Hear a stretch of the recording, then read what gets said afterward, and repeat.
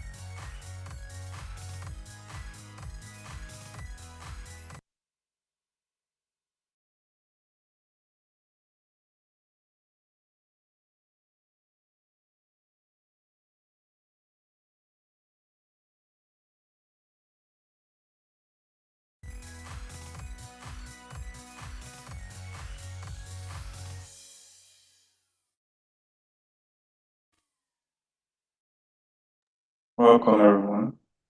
We'll start soon. Let's just wait for 5 minutes for others to join.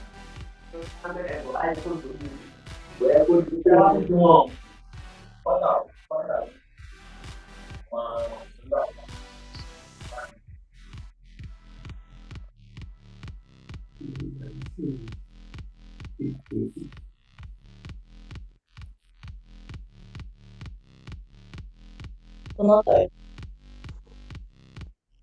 what? Your own. Okay.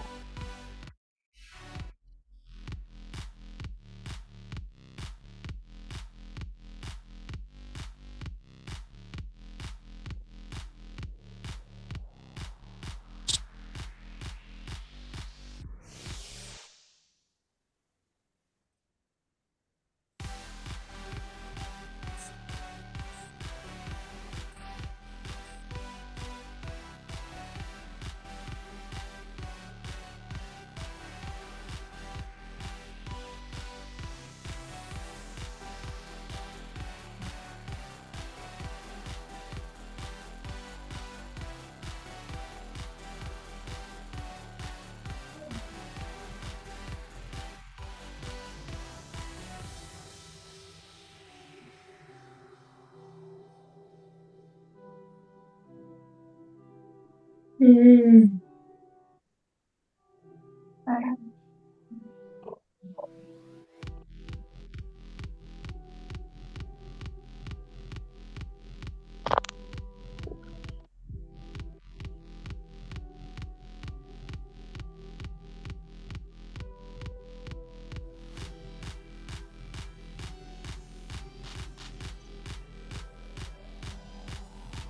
This meeting is being recorded.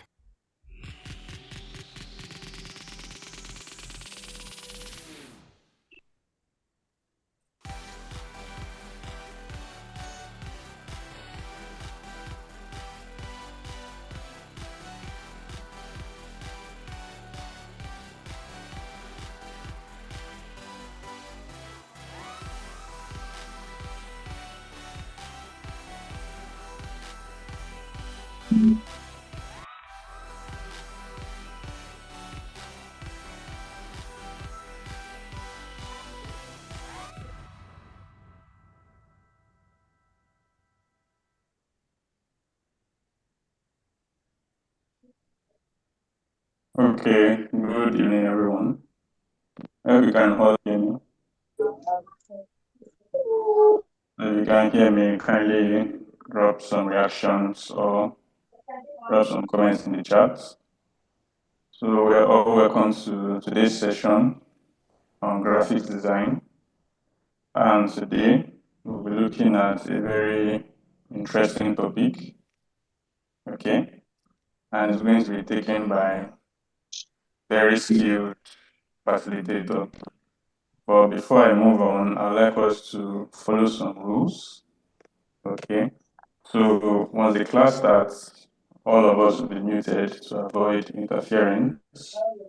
Right. So if you have any questions, you can simply raise your hand using the raise hand option available to you in Zoom.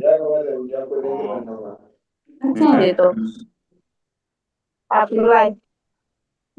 use, or you can use the chat just to convey a message. All right. So I've muted everybody to avoid interruption. And then concerning the attendance, some of us might experience network issues. So if you're experiencing network issues, try changing your network while filling in the attendance. All right. And if it still doesn't work, just send me a DM on WhatsApp. So you can just send a DM to any of the admins on WhatsApp and they will fill in the attendance for you. Okay. So that's some of the rules. So moving on to today's session. Today's session will be on image editing and digital illustration. And I would like to take a moment to introduce the facilitator for today. His name is Mr. Bamidele. All right. And he has joined us today to facilitate and also contribute to this discussion and to improve our knowledge, add knowledge to us. So we are glad he is here, and he surely brings a wealth of experience in graphic design, anything related to design. All right. So I'd like to encourage us to connect and also to listen to him. So let's welcome Mr. Bamidele. So Mr. Bamidele, you can unmute yourself and share your screen.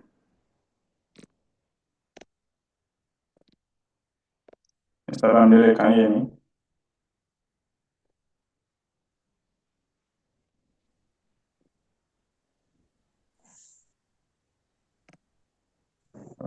Since Mr. Bamidele is not on the call,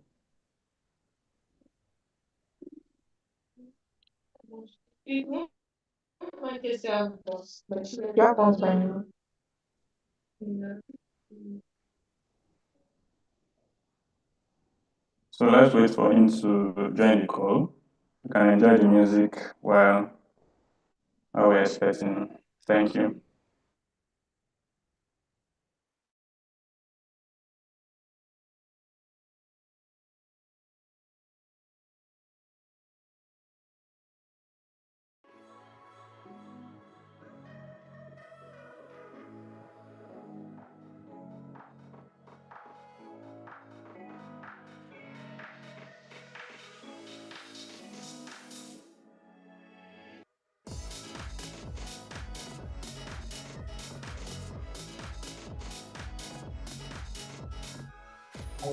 When you get 50%,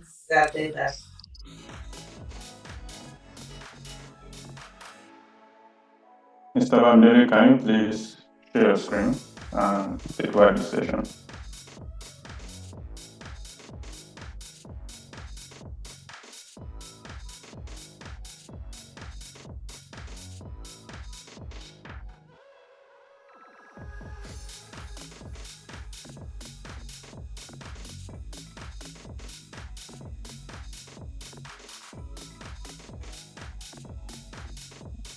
Good evening, everyone.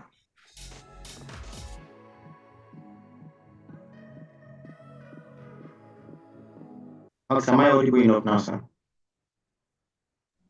We can hear you, sir. All You right. can share your screen. I'll share my screen now.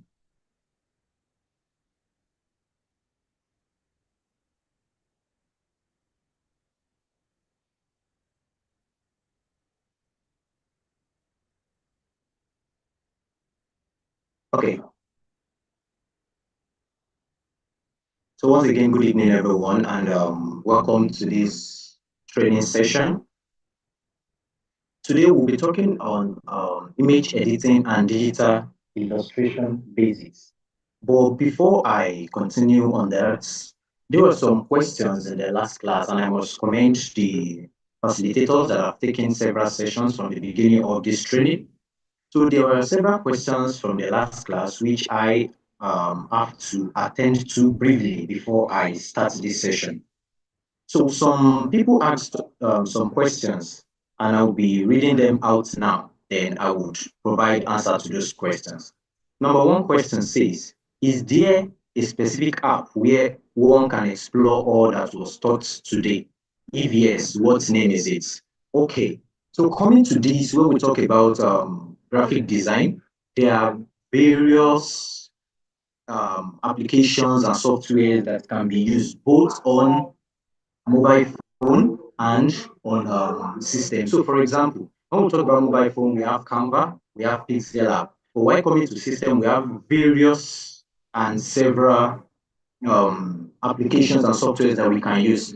For example, number one, we can use Adobe Photoshop, we can use Adobe Illustrator, and also we can use Figma. But one thing with Figma is that Figma works online. So number two question, after identifying a font from Roboto, how do you go to effect it on your work? When you identify a font that you need for your system, the first thing you do is you download the fonts. You download the fonts. Then when you download the fonts, it installs automatically on your system. And when it not installs on your system, when you get to the software, something like Photoshop, and or when you click on it, you'll be able to access those fonts. So number three question that was asked number three question that was asked is it that the fonts are the sizes of which based on big or small those letters are?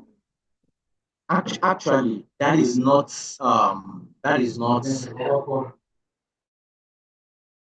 fonts. Fonts determines the size, the style, the sorry, please hold on this.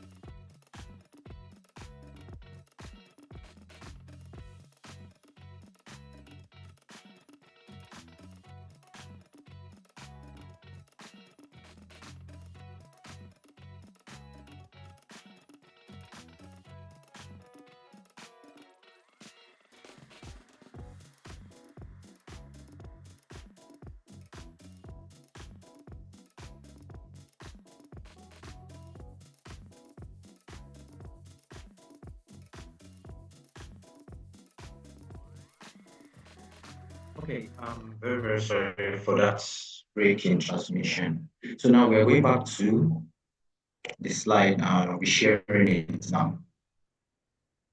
Okay, so as I was saying earlier, talking about the questions that was asked, I said someone asked that, is it that when you're talking about fonts, it means the sizes or how big or small those letters are? No, that is not the answer. When you're talking about fonts is how characters are written. So it could now depend on the size. When you're now talking about size, you talk about font size, talk about font style, talk about font color. But fonts is generally how those characters are being written. So let's go to another question. It said, how can we identify font style, especially if seen in a template and wants to be used in creating a design? Like, is there an app or a website I can use to identify font style? I believe in the last class we were taught on different types of fonts. Yes, we taught on different types of fonts. We have the serif, the sans serif. We want to understand those type of font face and typeface. You would be able to use any. Yeah, you can check online for different types of street fonts, for different types of sans serif fonts, for different types of serif fonts. So now, how can I differentiate typeface from fonts? Those are styles in which they are written. So another person asked that maximum of how many columns is okay for a design. For example, as a beginner, when you're starting a design, at least just use one font for now and one color for now. When I'm talking about color, when you use the color, let's say for example, we're using blue, we have different shades of blue. Now, when you're using blue, you can tint your blue using your saturation, using your hue and lightness. So you can have deep blue at one side, you can have light blue at the other side, you can have deep, if you're using green, you can have deep green on one side and deep and light green on another side. But maximum, it should not be more than 3 colors in a design. It should not be more than 3 colors in a design. Some people would say, okay, they prefer two, but for a beginner, I would advise you go for one first, later on you move on to two, and later on you move on to three. But two is still okay. All right. So coming to today's class, we're talking about image editing and digital illustration basics. We'll be talking more on Adobe Photoshop, using Adobe Photoshop, and I believe that each and every one of us can see my screen. Now, talking about image editing and digital basics, the first thing we should know is what is an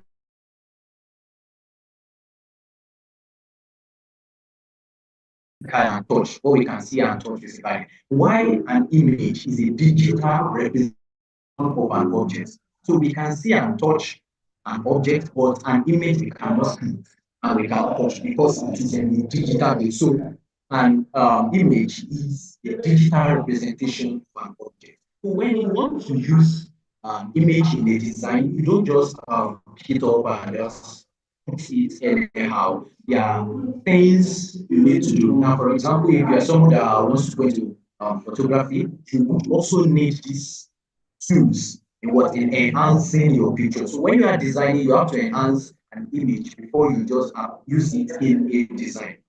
All right. So we'll be talking about basic image editing techniques, which are essential for improving quality and appearance of photos or graphics. Now, these are the list of things we'll be talking on. We'll be talking on cropping, resizing, sharpening, healing brushes, blurring, clipping mask. We'll be talking about how to remove background, brightness and contrast adjustment, saturation and hue adjustment, then color correction. Okay, so the first thing we need to know is what is image editing. Now, from it here, we can see it that image editing is the process of altering or modifying a digital image to improve its appearance, correct issues, or create artistic effects. It involves various techniques and tools. The just like we have image color, just like we have the composition, just like we have clarity and other visual elements. All right, so now let's move on. When we're talking about cropping, we'll be doing more practical sessions here. We'll be doing more practical sessions here. All right, so number one, we're talking about crop. And when we're talking about cropping, I'll be sharing my screen on the slide, and also I'll be using Adobe Photoshop, which is one of the tools we use in graphic design. I'll be using Adobe Photoshop as a case study today. So let me go back to my screen that I'm sharing, and let's go to Adobe Photoshop. Number one, remember we're talking about cropping. So let's get to Photoshop. All right, so I'm sharing my Photoshop screen right now. When we're talking about cropping in an image, so let me create a new folder, a new file rather, open it, and bring in, let me import an image. Importing an image, a few seconds to get the image recorded.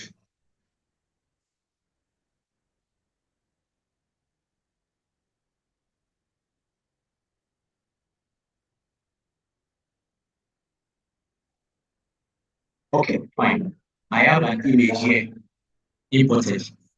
I can see some people will be, oh sorry, some people will be asking me right now that which software is this? This is Adobe Photoshop. So let us have a run through of the software. Now, welcome to Adobe Photoshop. Let me just take care of all this so that we can start from the beginning.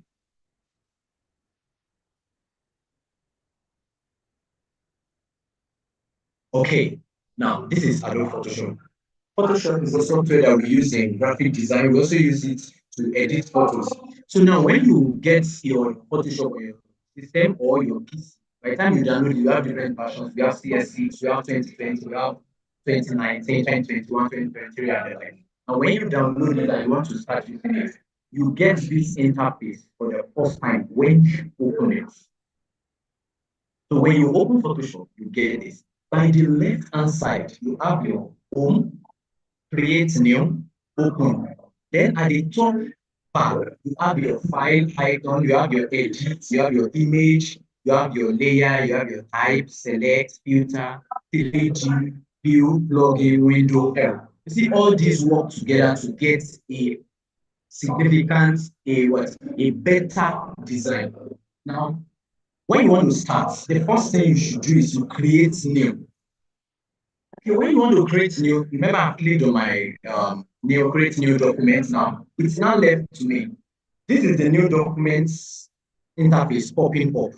Now we're not talking about by your right hand side. We see different numbers. Then you see width, you can see your height, you see your pixel, you see your resolution, and all. When you want to start out with Photoshop, let's say for example, a graphic design, you must understand that what you want to do right now is it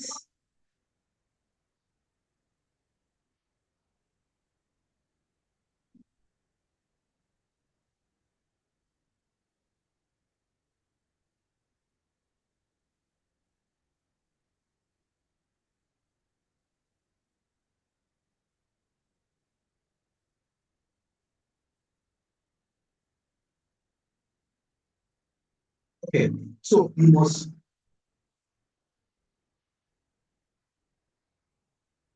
understand what you want to do. Number one, do you want to do a poster, a flyer, a banner, or what?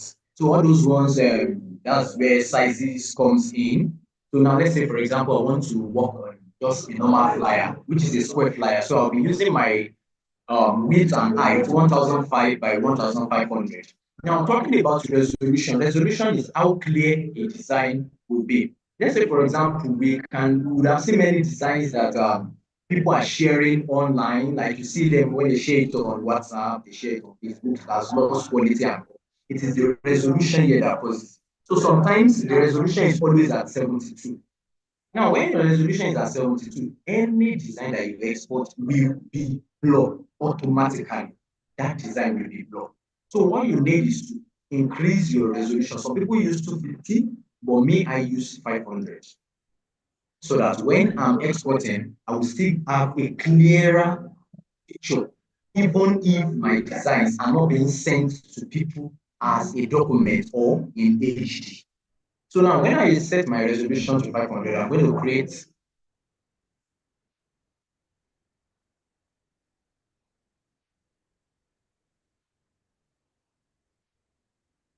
so I'm going to create now I've created welcome to Photoshop.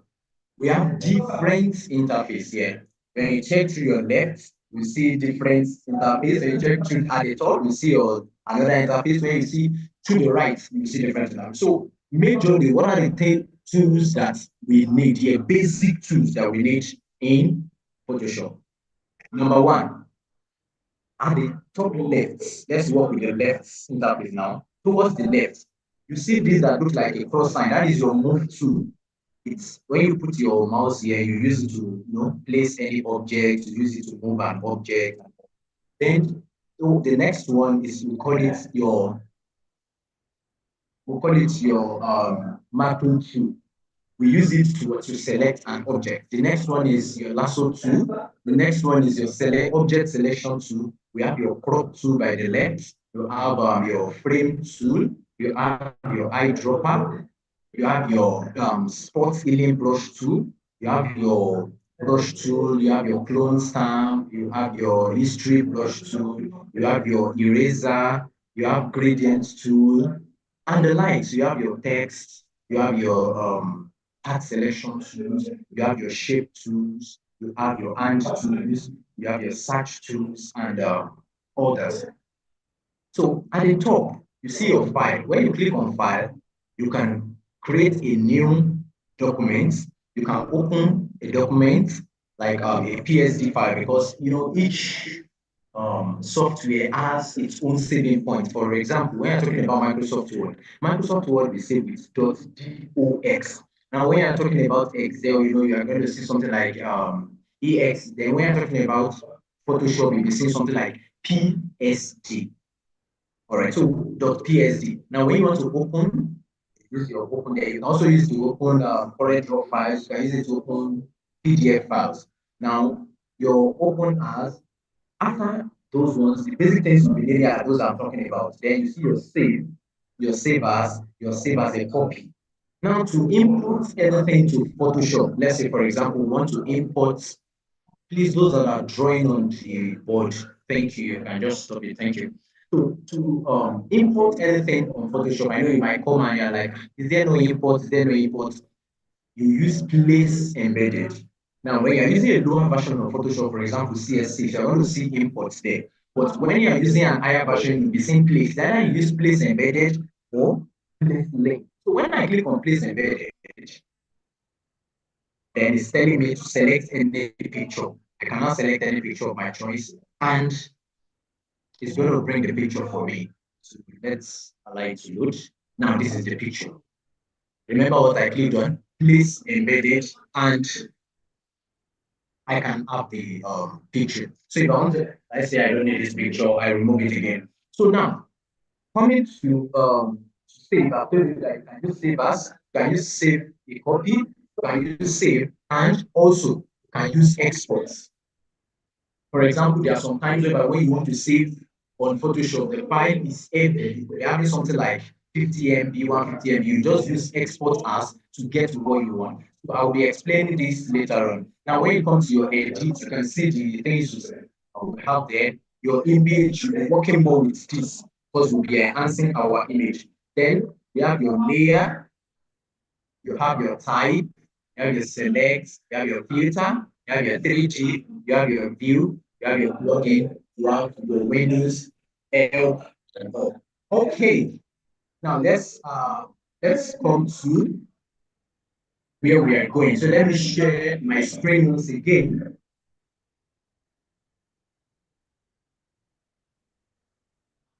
Going back to our image editing. Now, number one, I told you we are starting with cropping. What is cropping? Why do we crop pictures? Number one thing is you need to know what you want to do with any image that you want to use. So crop, why do we crop it? We crop because we want to remove unwanted portions of an image. or we want to adjust the composition to focus on a subject, and then we want to select some area that we want to keep and cut from an image. So I'll practicalize that on Photoshop now. I want to crop right now. The first thing I will do, I go to my file, Photoshop. Remember, I've opened the new document here. So I go there, and as I said, place embedded.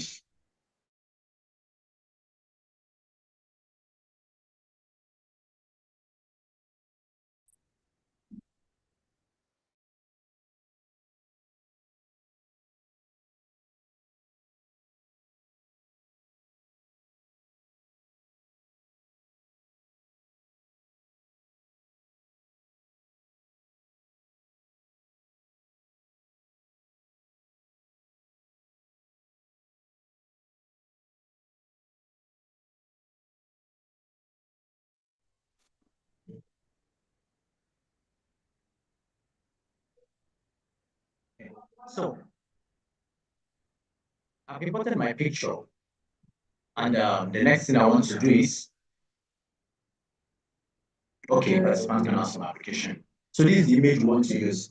I click on my mark button here, just to ensure that the image is successfully imported on my document. Then the next thing I want to do is, I need just this man and what? And the system. So remember I said cropping is what, to remove the unwanted part and keep the useful part. So what I will do now, this is my crop tool. You can see it, crop tool. I click on it, and these four corner boxes is going to show up. So I can bring this down this way, take this way, move this way, move this way, and click on enter on my keyboard. See, it's cropping, and I've successfully cropped an image. So that is how to crop an image. So let me do that again. Let's take it back. This is the entire image. Remember what we said, when we are cropping an image, we are removing the unwanted parts and we are keeping the needed parts. So taking these out, bringing these, and then I click enter. Now I've cropped my image. Okay. So, and I can use this to do anything I want to do. Now let's check out for the second one. Now, the next one after cropping, we have what? We have resizing. Resizing, why do we resize an image? It's just for to change image dimension for specific need, to adjust the image width and height, keeping in mind the aspect ratio to avoid distorting the image. Now let's go back to Photoshop, and I will be showing you something so that you will understand what we're talking about when we say distortion. Okay, all right.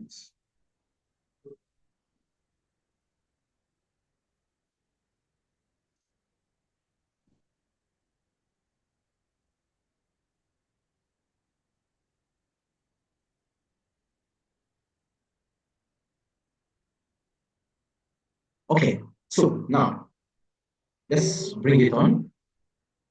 Let's create a new document. Now we have a new document here. What we want to do is we are going to import another image. Import another image. Let's use someone's image that will be clear. Although these are free stock images. When we talk about free stock images, these are images that does not have copyrights. All right, so we are talking about resizing. This is the image we want to resize. Now, what we want to resize here? Let's say, for example, I press Ctrl T to transform this image. I can either reduce the image or increase it. Now, when we are talking about distortion, this is an image. You can see how the image looks like. When I do something like this, I've distorted that image. Or I do something like this. When you are the one and someone does something like this to your picture, you will not like it. So this image has been distorted. But remember, the goal is that we want to reduce the height and the width of this image. So you don't distort someone's image or you don't distort the image you want to use while trying to adjust it. So let me delete that. Import the picture again.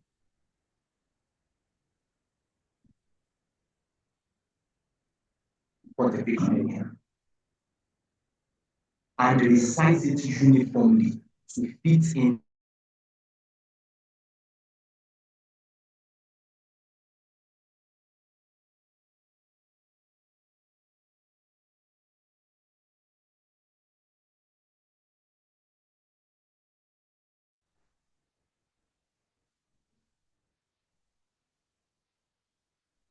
So I said, I've resized the image to fit in what I want. Why ensuring that I do not distort that image? Okay, so coming over, let's increase it uniformly again. Take it this way to fit into this. So that is what resizing is all about. Okay, so now let's get to the third slide. Let me share my screen once again so that you can see the next that we're talking about. All right, after resizing, what do we have next? We have sharpening. What sharpening does is that it makes the details in an image clearer and crisper. When you apply an image sharpening filter, you can enhance the image edges and the details of the image. So I would do that on Photoshop once again. Don't worry, I'll be sharing both screens so that you can all see. Now let's get back to Photoshop. All right, I'm back to Photoshop again. Now I'm enhancing this image.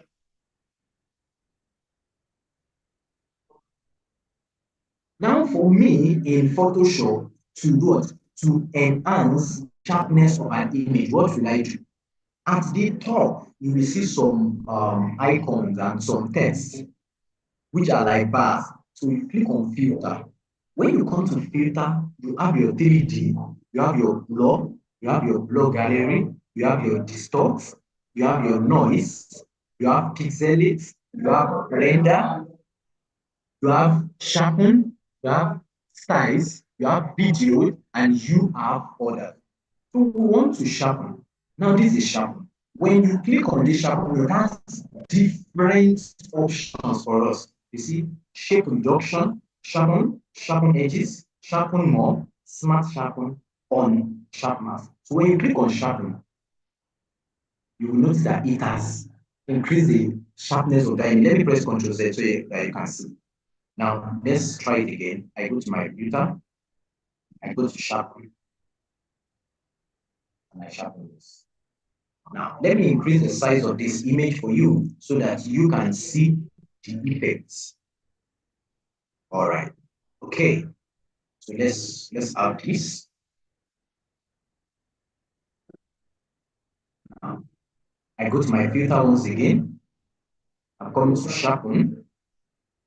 And we are sharpening the picture again. You can see how it's inverting. Let me press Ctrl Z, which we know normally, which means undo.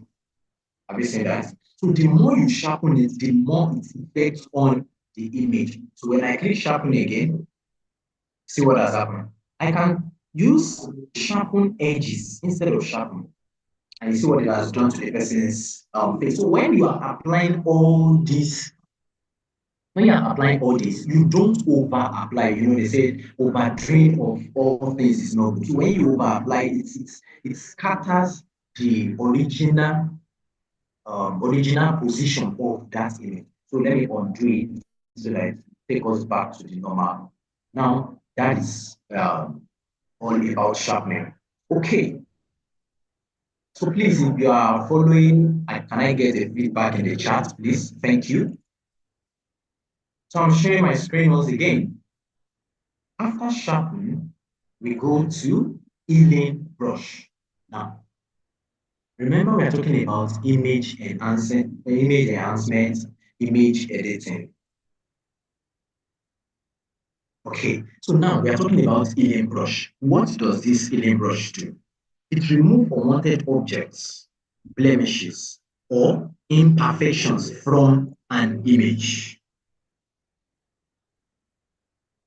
from an image. Now, how do we do that? We either use our clone stamp or we use our healing brush tool to paint over unwanted areas by sampling other parts of the image. So there are different aspects. All right, somebody asked that what did I do to resize the image? I clicked on Control T. So when you click Control T means transform. Control T, when you click on Control T, then you can move your, you can resize the object. So any object or whatever, whether it is text, once you click on Control T to transform, then it is going to bring out the box for you to resize. Either you increase it or you reduce it. So answer that question. Now, talking about our hidden blush. So I'm going back to Photoshop. Going back to Photoshop now. Let me share my screen so that you can see it.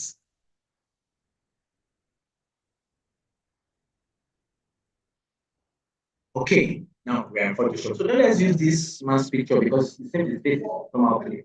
So when you are designing or you want to enhance a picture, and someone sends you a picture and say, please, can you work on this and like, can you use this picture for a flyer for me, or can you use this picture for, can you just work on this picture for me?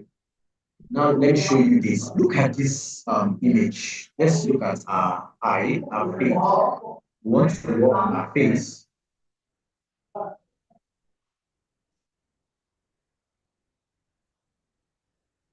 So it's transforming image. Ready? Okay, now we have our face here. Look at these blemishes and spots on our faces. We don't want them, we want to remove it. So what do we do? That is where we talk about healing brush tool. Now you come still on Photoshop now, you come to your left where we have those icons. Now you will see it here. You see, we can see it. We can see something like eyedropper tool. Then the next one is spot healing brush tool.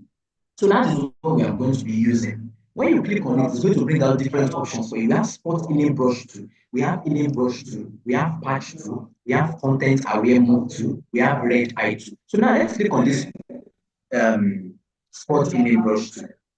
Now, immediately you click on it, what do you notice? It's bringing something like a null icon. What is that telling you? It's telling you that I have not selected the object that I want it to work on. So when I click on this, it will ask you, this smart object must be rasterized before proceeding, which means the object is not, the image rather, is not rasterized. So we have to rasterize it so that we can do that. Then I will tell it, okay. What do you notice? It's bringing out something as big as this. Now, when you come to the top, you will see the size of your tube. Look at it at 155. That 155 is too much. Reason being that we want to work on these small parts. So you reduce it till you have something like this that can contain those parts. You can see how small mine is like this. Okay, so when you're done with that, the next thing you can do here, is this.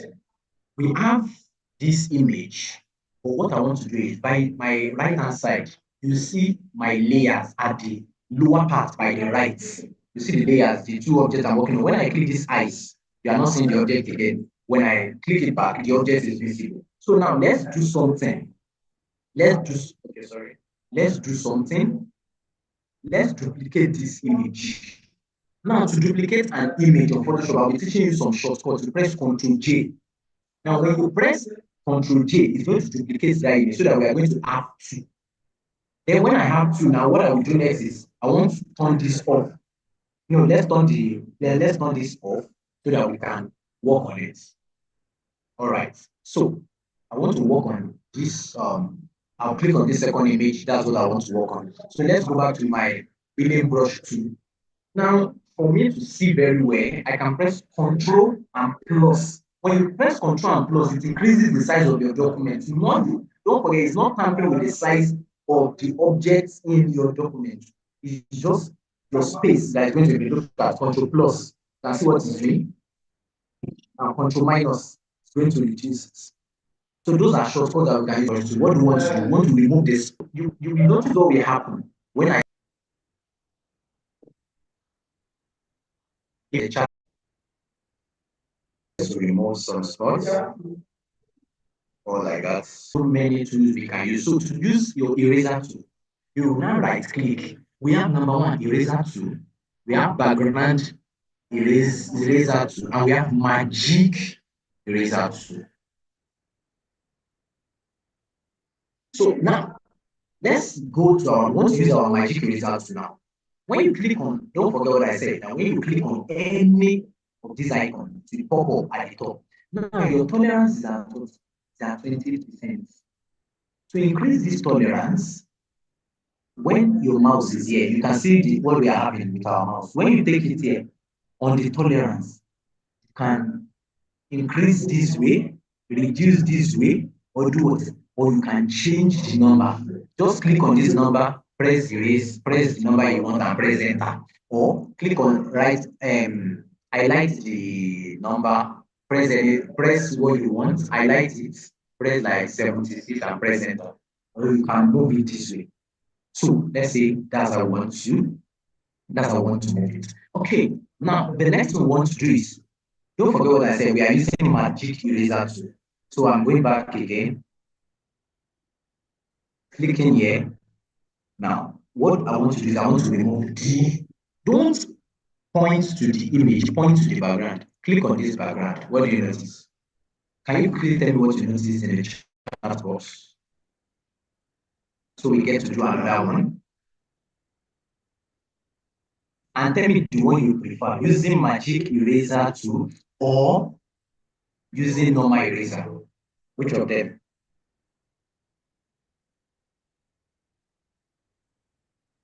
I'm expecting a response.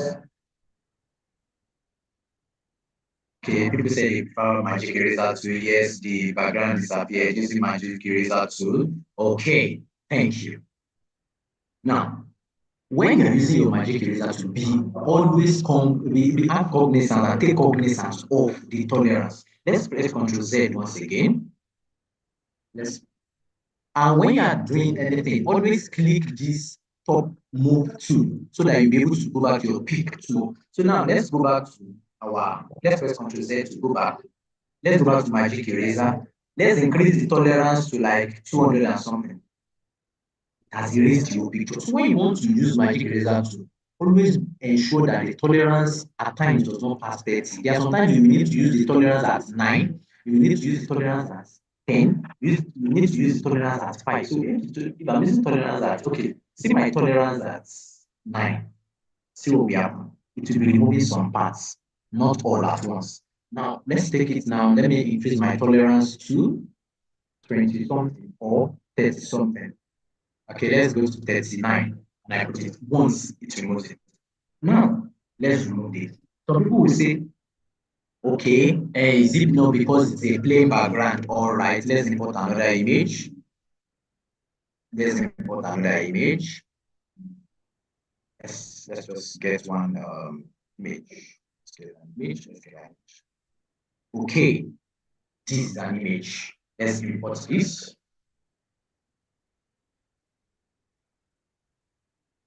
And we press our enter. All right. Now, you can see that this person is here. So now let's try the same thing we did the other time and let's see if it's going to work. So I click I've changed it to magic eraser tool. I'm clicking on the image, yes, then click on the background. Oh, sorry, I clicked on the first instead of background. Now, Ctrl Z, click on the background. Click on it. Who can tell me what you notice? Is it removing the way we want it to remove? Let's increase the tolerance again. Don't worry, just be typing what you notice on the I'll be following, I'll be checking through. Who noticed what happened just now? You will see that it has erased even the objects and the background. So that is telling you now that in this context, when you want to use magic eraser, it will not work. Okay, so now let's go back. Let's bring this back. Let's press Ctrl Z. It's removing the person's picture. Thank you. Let's press Ctrl Z so that we can have it. Can have our image back. Okay, so now we have our image back. Now I will teach you the second way to remove background. The first one was magic eraser tool. Number two, we have object selection tool. Object selection tool. You can see it here. When you click on it, we have object selection tool, quick selection tool, and one selection tool. I will tell you how the first two operate. Now, when you click on object selection tool, it comes like this. Have you seen this rectangle? So when you want to select an object, pick it from edge, from this edge. I want to pick it from this edge so that I can select that mouse of edge to edge like this. It might not really reach the last edge, but when you get to the last edge, you hold your mouse and you drag that square shape. When you get there, you leave it alone and allow it to perform whatever it wants to perform.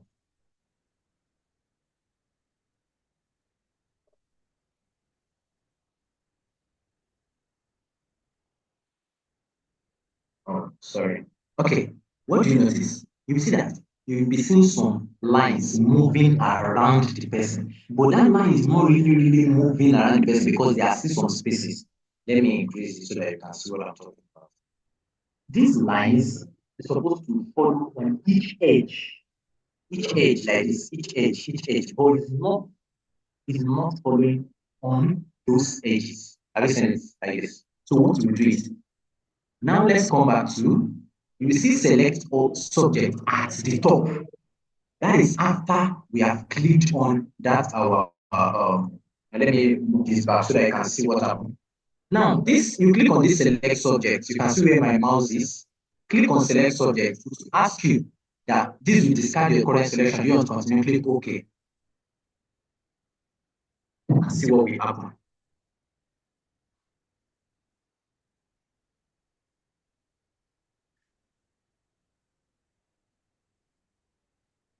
Automatically it's going to select the subject out and see what we are going to have. After you have that, sorry, I'm coming. Select and mask. You click on select and mask instantly. Now when you click on select and mask, you will notice, come on, sorry.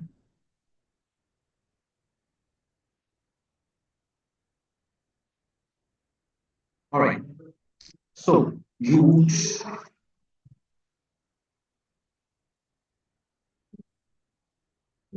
sorry.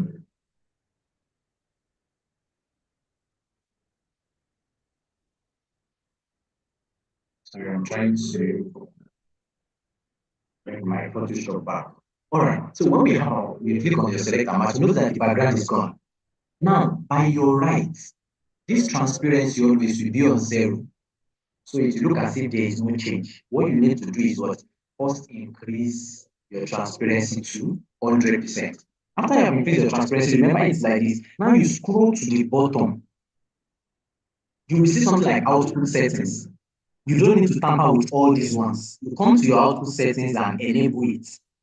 You will see output to selection. You don't use selection. Click on the selection and change it to layer, new layer with layer mask. When you click on new layer with layer mask, click your OK. And what do you notice? It has successfully removed the background. So we have different ways in which you can remove the background. You can either use your magic eraser or your what do you call it? Or your object selection. So I have to move very fast now. Now we are done with removing of background. Let's go back to blur now. The reason why I said I wanted us to deal with removing of background before we come to blur is this. Let me share my screen so that you can all see it. So let me share my screen again so that you can all see it. So let's go back to my slide. Okay. So now, talking about blurring. To blur a background, what you do is this. Let's go back to Photoshop. Let's go back to Photoshop and move as fast as possible. So what you do is this is an image. You can see that this image is here. What you do is you come to your filter, you click on your filter, you see blur. Now under this blur, we have different blur options. We have blur, blur more, blur, box blur, Gaussian blur, lens blur. When you want to work on your blur, after clicking your blur, you come to Gaussian blur. We use Gaussian blur majorly. So you use Gaussian blur to increase and reduce the radius of how you want that image. You can see that. And when you are done, click OK. So to any object, that's how you do it. That's how you load the image. You click on your what? You come out to your filter, you click on it, go to your blur, come to your Gaussian blur, and then you increase the radius or you reduce the radius of what? Of the Gaussian blur. That will tell you how thick that blur concept is going to be on it. So we click on our OK, and then we are done with blurring of background. So let me just quickly teach something. The reason why I said I wanted to show you why it's still under image enhancement. The reason why I said I want to show you how to remove background before you blur. So now let's place embedded. I want to place an image quickly. Let's place an image quickly. I want to quickly do something so that you all can see it. Now, let's place this guy's image so that we can quickly do something now. Let's do this. Okay, let's quickly use this. Now, don't forget what I said. What I want to do now is I want to blur this background.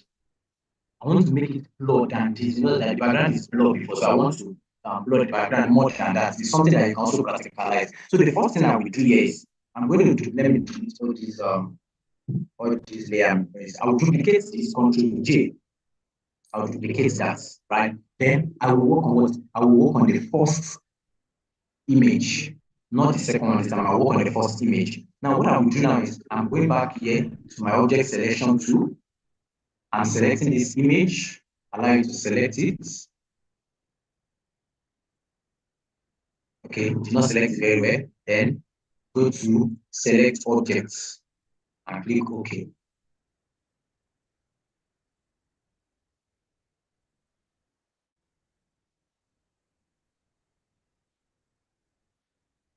All right, it has selected this object. So what do I do next? I'm clicking on my select and mask. So this is what I'm having. Don't forget what I said. Your transparency to 100. Then it's showing now. The reason why it's doing as if it's not removing background is because I did not turn off the second image. You will see it now. Let's change our item settings to new layer with layer mask and click OK. So it has done this now. Watch this. When you unclick the second image, you see that it has removed the background. Now go to your second image, click it, go to your filter, blur, Gaussian blur, and you can blur the image. Have you seen this? Have you seen it?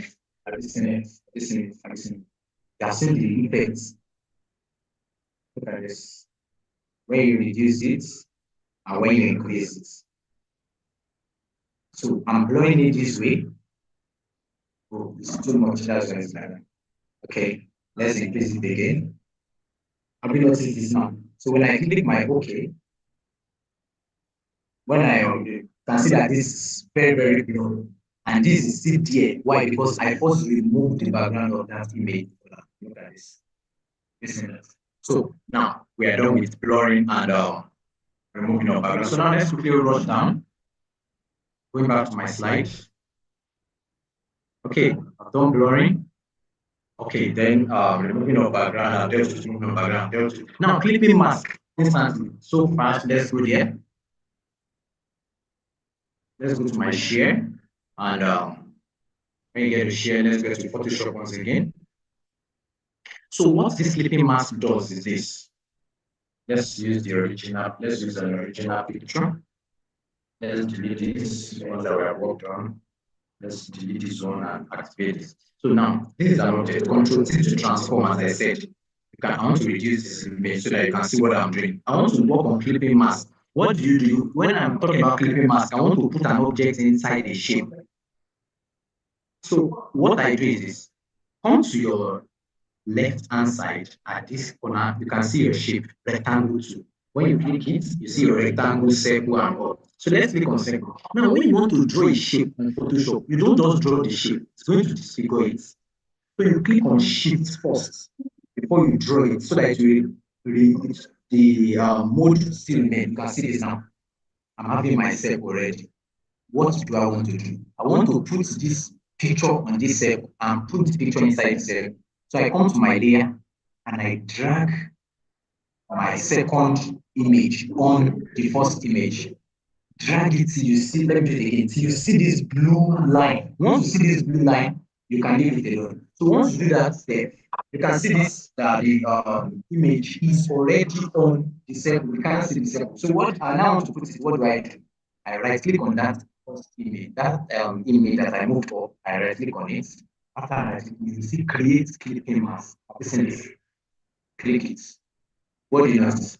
It has entered the circle. So you can Control T to transform and reduce it to have what you want.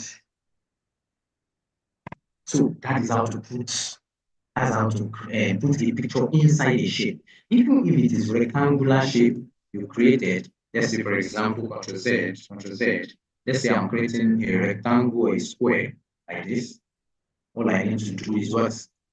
Put this image on the rectangle, right click, create my clipping mask, then resize the picture and put it there. And you have it like this. That is that one. Creating of clipping mask. So back to my slide.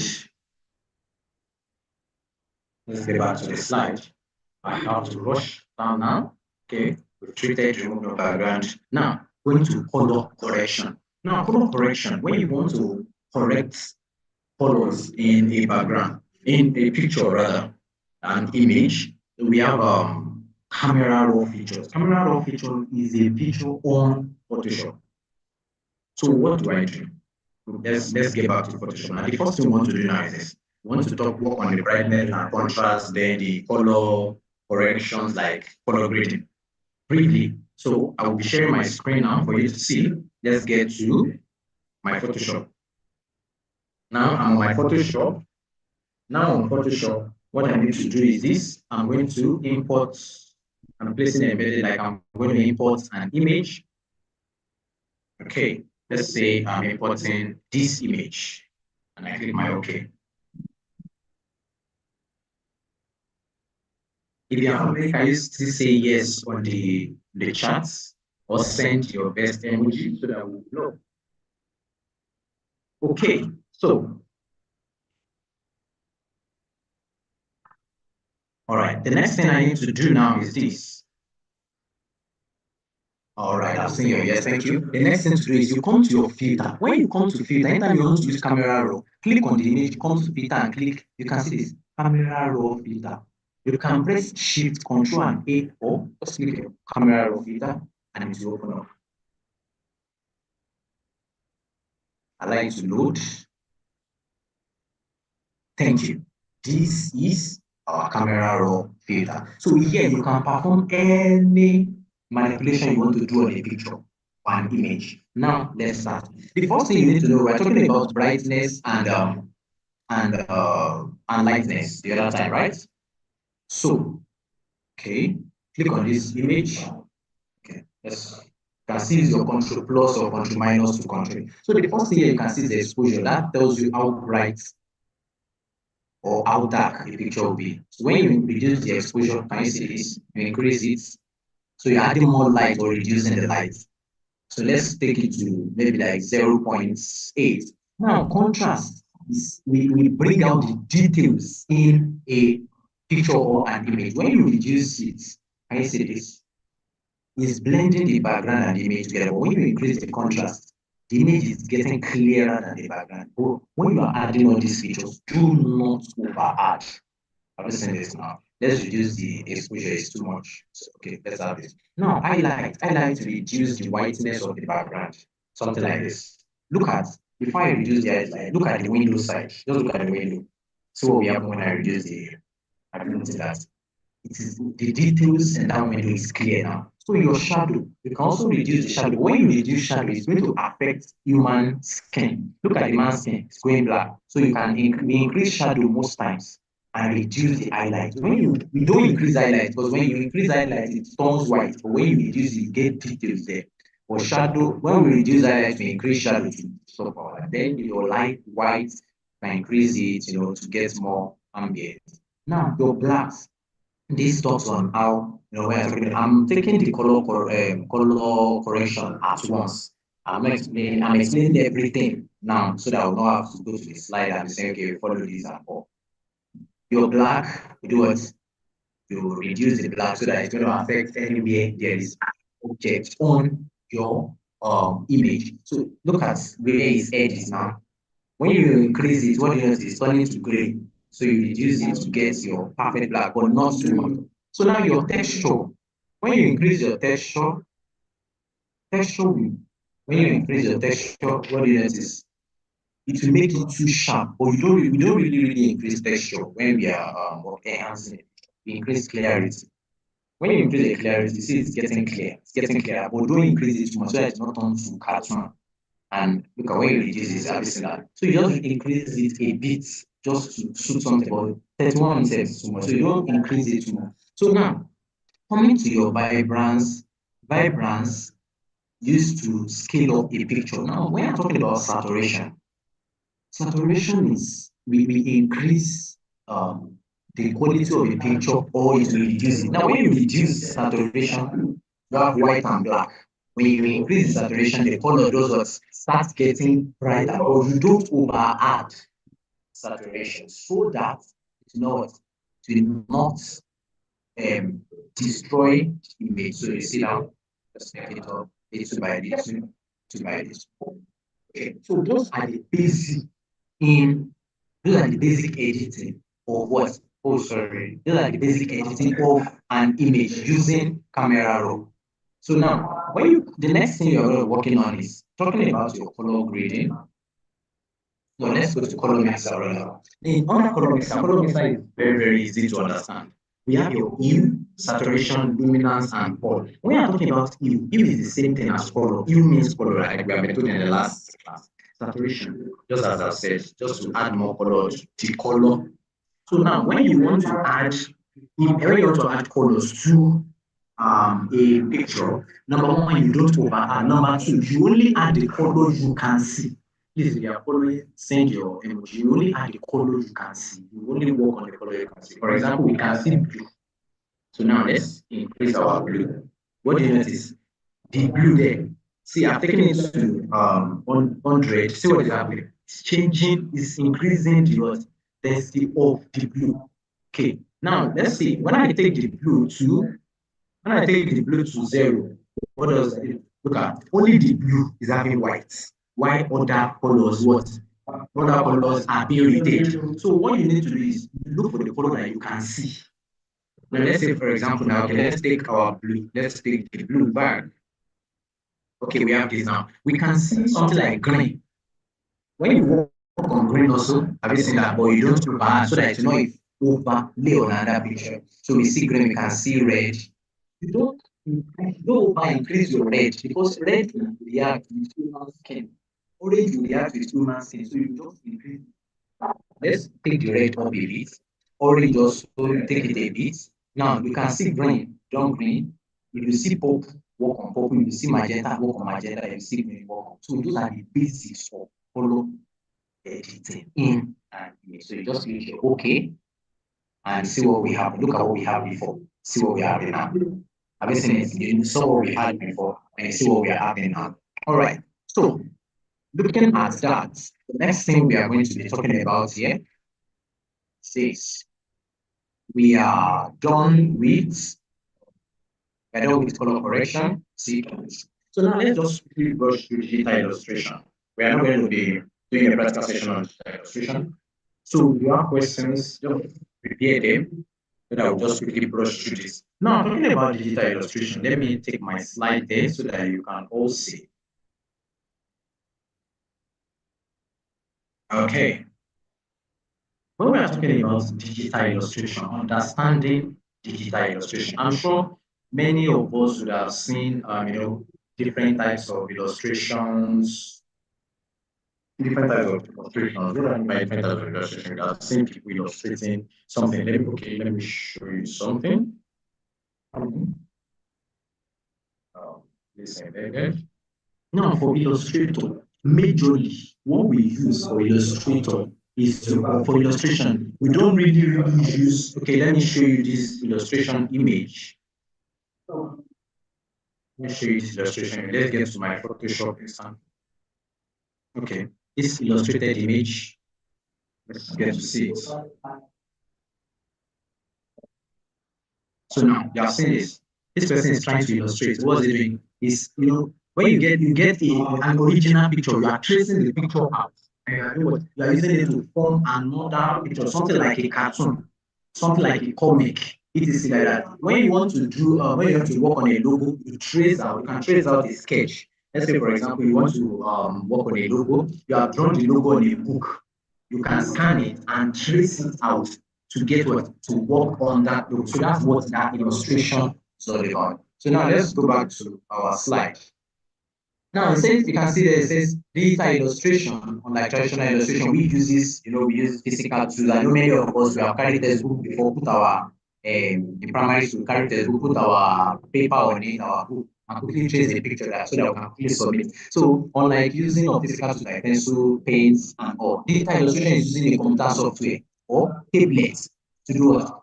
Which involves layers, which involve digital brushes to create tools. So we have like raster art versus vector art. Raster art consists of pixel-based images such as photos and all, but vector art you use mathematical. Those are like mathematical equations used such as you use it to create shapes.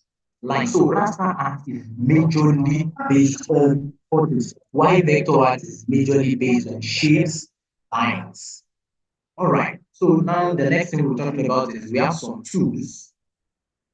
We have some tools that we use for this. So there are some tools that we can use. You can use your laptop, and you can also use iPad, like an iPad, like a tablet that has stylus pen. You can use it. So it allows you to do it, to draw and trace seamlessly. It's going to just like the picture I showed you of my Photoshop. Let's go back to Photoshop to quickly see it. Look at what this person is doing. Using this pen is what he's trying to illustrate. Although what he's doing here is that he's using this pen to color grade an image, or you can use this pen also for illustration. So going back there. All right. So the tools that we can use, talking about Adobe, Adobe Illustrator. Like I said the other time, use Adobe Illustrator for vector art. Use Adobe Photoshop for raster art. You can use Adobe Illustrator for the draw shapes, lines around it. For Adobe Photoshop, it is from the image that you can form your own illustration. So we use CorelDRAW also for vector art. We use Procreate. Procreate is used on mobile phone. So which can be like a tablet and an iPad. Then you use Clip Studio Paint. That one is used for comic. I'm sure you have seen comics in several ways. I've seen comics several times. So now let's come to canvas and resolution. Just as I told you earlier, when you want to work on an image or you want to start, the first thing you should know is that your resolution is very, very important. It works on the level of details in your artwork. If you don't want your work to get blurred easily or to just get destroyed easily, like when I mean destroyed, I don't mean like destroyed. What I'm talking about when I mean destroyed is that the clarity and everything will not be fine-tuned anymore. So canvas area, this is area where your illustration is created for digital art. It could be like your social media, it's just like what we have been working on Photoshop. That's our canvas area. And your resolution, you could see like 72 dpi. Some people call it px, like pixel. Now you don't use 72. Start using from 100, 150 upward for you to get a clearer view of what you want to do. Now, coming to this, we talk about we have our digital brushes and tools. Brushes, these are tools within the software that simulate traditional brushes like pen, pencils, marker, and paint brushes. Brushes can be customized to textures, for textures, pressure sensitivity, opacity, just like one I showed you the other time in the Photoshop. When you're using a brush, you can increase the opacity, you can make it hard, you can make it soft. So we have pencils and we have pens and pencils, which is used to create lines, draw lines, and all. So we have erasers and we have smudge tools. You use it to clean. Use it to clean, you use it to blend, and all. So now coming to digital illustration layers, talking about layers, just as I showed you the other time, at that bottom part. Layers is where your artworks are being arranged. So when you bring a text, to arrange it. When you bring a shape, it will arrange it. It's not that you place everything together, no, it will be arranging it so that you can work on them independently. So color theory, we've been taught color theory in the last class. So let me quickly take you down to Photoshop once again. Let's delete this and delete this. Okay, so coming. Let's have our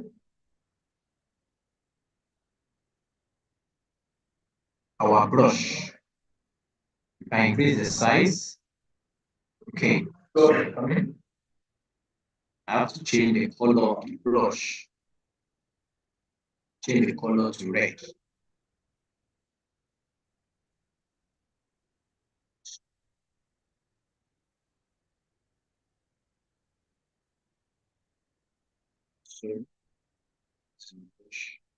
So, okay, let's go to the brush tool. All right. So now to access your brush tool, you come to the right part. You see this brush. As I said the other time, you can see this brush.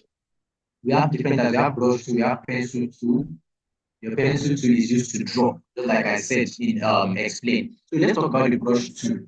When you click any of the icon at the top, yeah, you're going to see your icon details. So now this is telling us that this is the size at 4:1.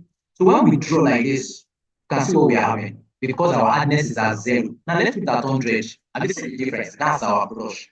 So when you come to this part, look at where my mouse is. You come here, you change the color. You can change the color to blue.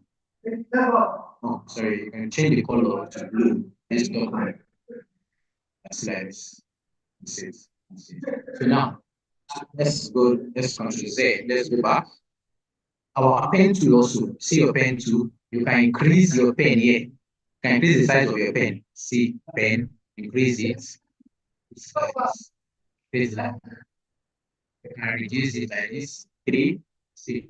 So you can reduce it to what you want. So if I increase it like this, you can increase the hardness and it is how you want it to be. So basically, this has brought us to the end of the class, which we have been talking on since, which is image editing and digital illustration. So thank you. I wouldn't know if there will be any questions. I say over to the host, sir.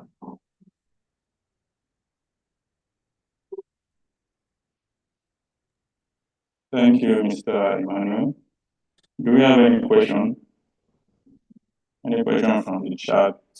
If you want to speak, you can raise your hand.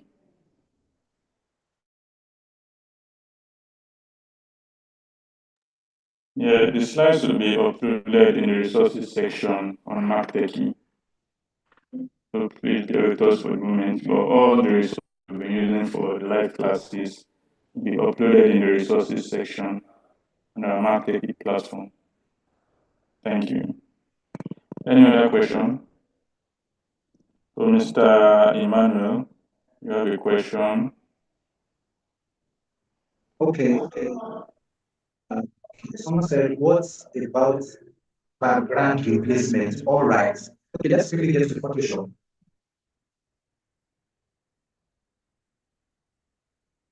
Now that we understand how to remove how to remove background.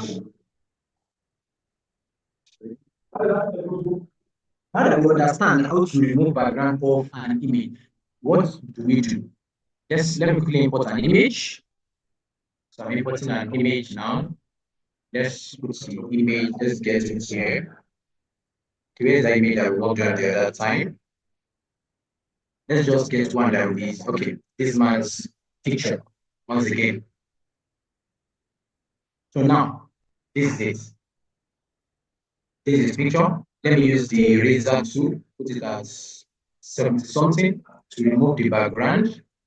Now I've removed the background. Now someone has a lot of background replacement. The next thing you do is you come to your file, place embedded, just as I said. Now look for backgrounds that you can use. Let's just pick this one. I selected a background, then increase it this way, bring it down this way, and come to your layer. You come to your layer and then you bring it down instantly.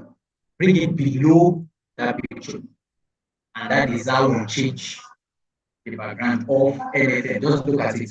Remember what was there before was blue, and now we have something like this. Okay, so I think I've answered that first question. Yes, with the slides and the slide percent. Can you talk on color grading? Oh, I talked about color grading the other time. Okay, let me quickly rush through once again, just briefly. Now I said color grading.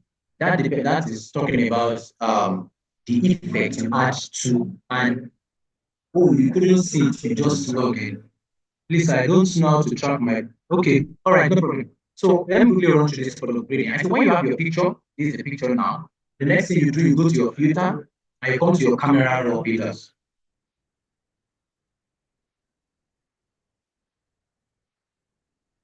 All right, this is your camera raw.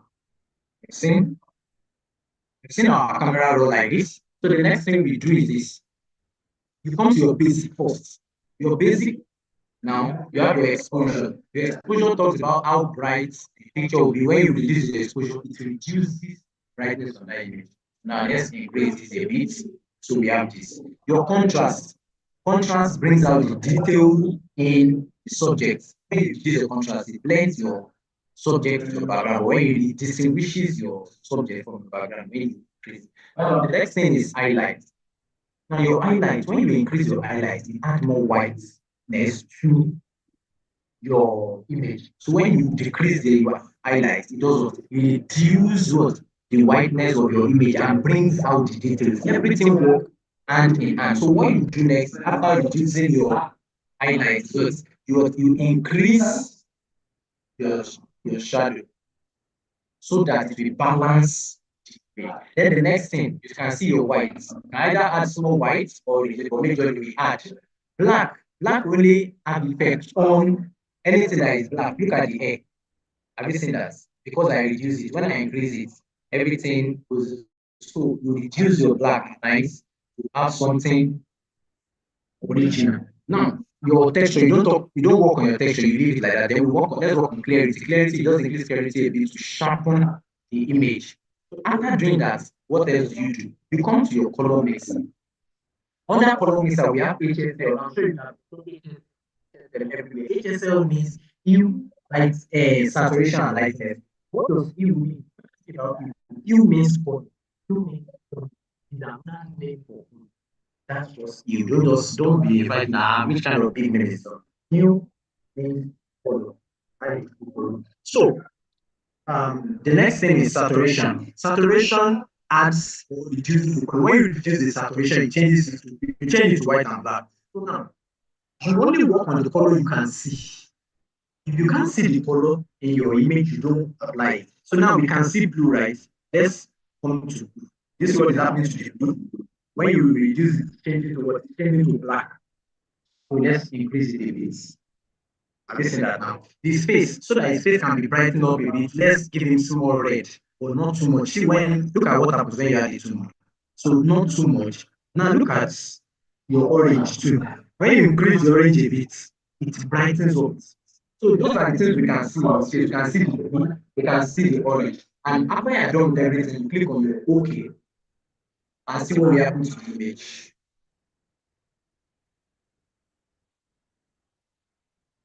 And look at it.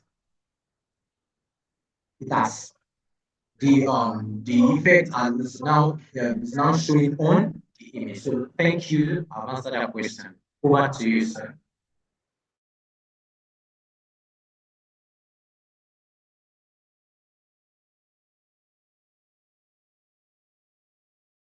Okay, do we have any other questions? Any other questions? So for those of us asking where we can see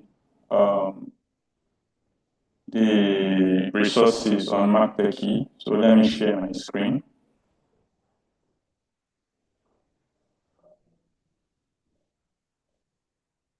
Can we see my screen? I hope you can see my screen. So you can see my screen, just leave a comment in the chat. Okay, so I'm currently logged in as a student, so I'll access my learning. Okay, so this is the course I am taking, right? So I can check the course. So if I want to access resources, I would just scroll down. So you can see all these resources, review, quiz, assignments. So that is where you'll be getting all of those subsequently, starting from next week. So kindly check all these tabs frequently. So we'll be updating all these tabs frequently, resources, the quiz, and the assignments. So, but mostly it will be assignments and resources. Okay, so this is where you get all the resources and all the assignments. And then you can also submit your assignment on the platform and you see your scores too after you submit. Same thing for the quiz. Okay, did we get that?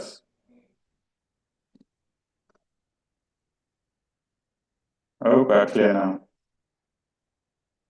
So please let's fill in the attendance before we exit the class while we await more questions. Do we have any other question before we wrap it up? So for those of us that have not been able to log into MacTechie, just tag any of the admins on WhatsApp or Telegram. So about tracking your progress, I just shared my screen. Okay, let me reshare my screen. I just shared my screen about the MacTechie platform. So once you log into the MacTechie platform, you can see this is my own. So you can see 100% done. So it's just one lecture that is there. So this is how you can track your progress. Then if I go back, you can see my progress here. So how I access this, I just click on my profile and access my learning. Okay, I'll click on that.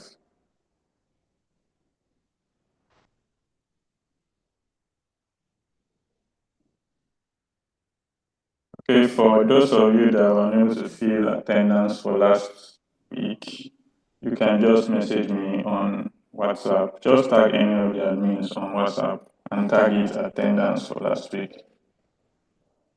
So message me privately, please, not on the group.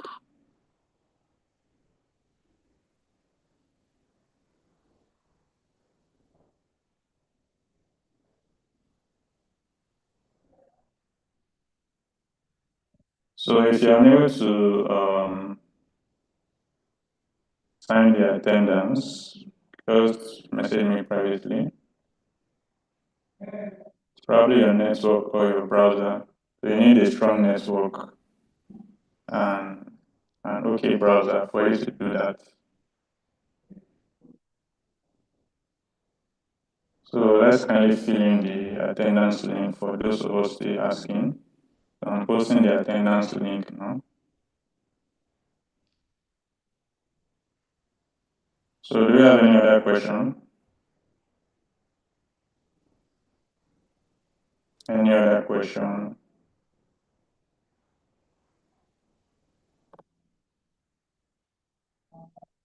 Yeah, for the assignment yesterday, the assignment has not been posted, so you have to submit it on the MathTechie platform.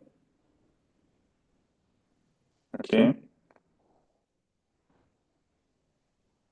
For the MathTechie platform, the MathTechie platform is not the same as the live classes, so you have to actually take and complete those content on the MathTechie platform for your progress to advance.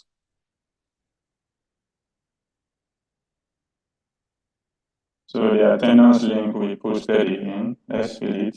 The class will be ending soon.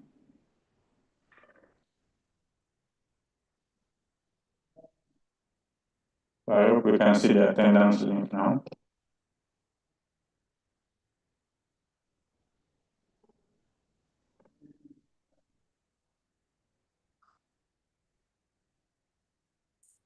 Please refer to the recording for yesterday to get the assignments. The deadline will be sent. Everything will be communicated to you on the platform. Mr. Raphael, you want to talk? Can you raise your hand so that I can unmute you?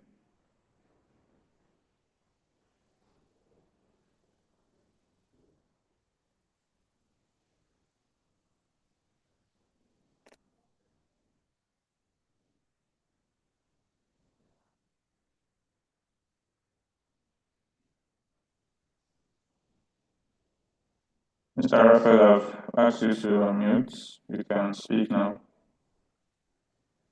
Are you talking? Yeah,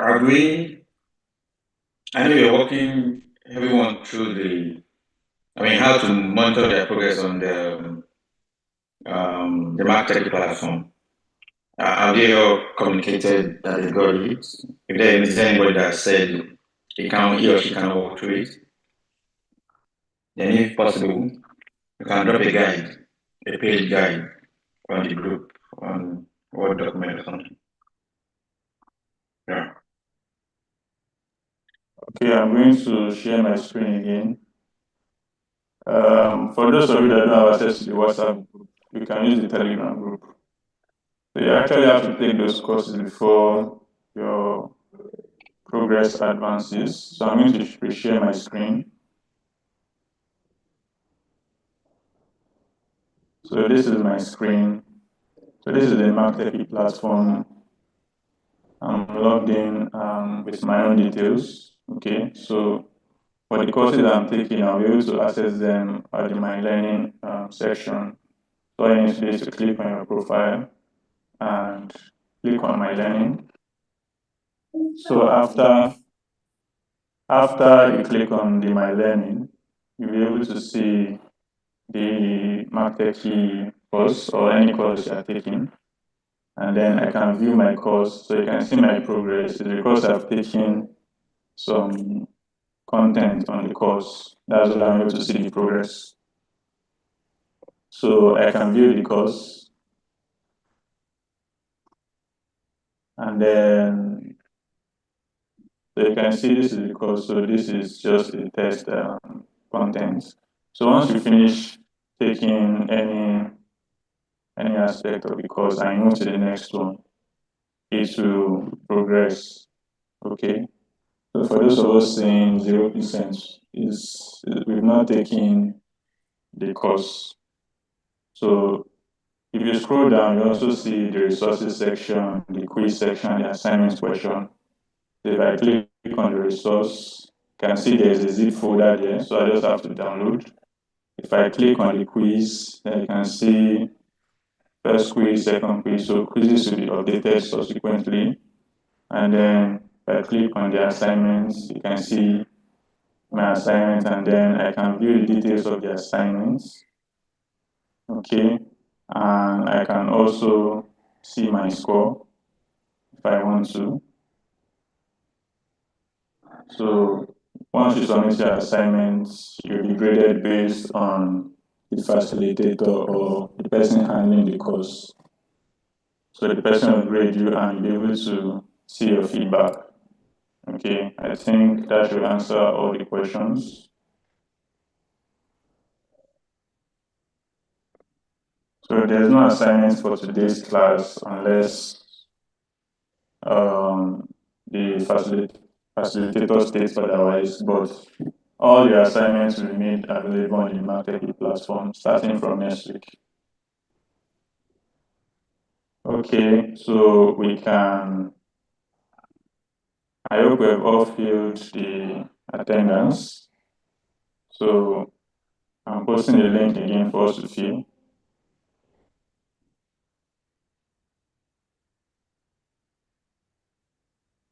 So you can actually watch the recording again. Just before the step-by-step video is done, you can watch the recording either on YouTube or on Zoom. That will be sent after this session. Okay, so let's fill the attendance for those of us who have not filled it. So I want to appreciate everyone for coming. So the next class will be next week, Thursday, for graphics design. And then for those of us taking web development, the class will be 10 a.m. tomorrow. And the topic to be covered will be Introduction to CSS and Styling Web Pages. So we would like to appreciate everyone for coming and do have a nice weekend. Thank you.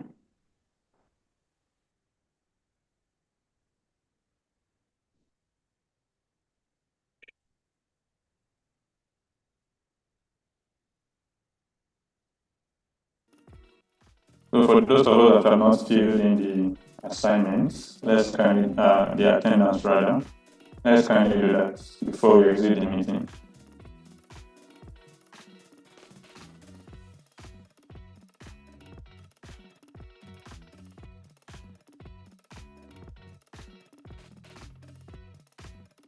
If you have filled the attendance, you can leave, please.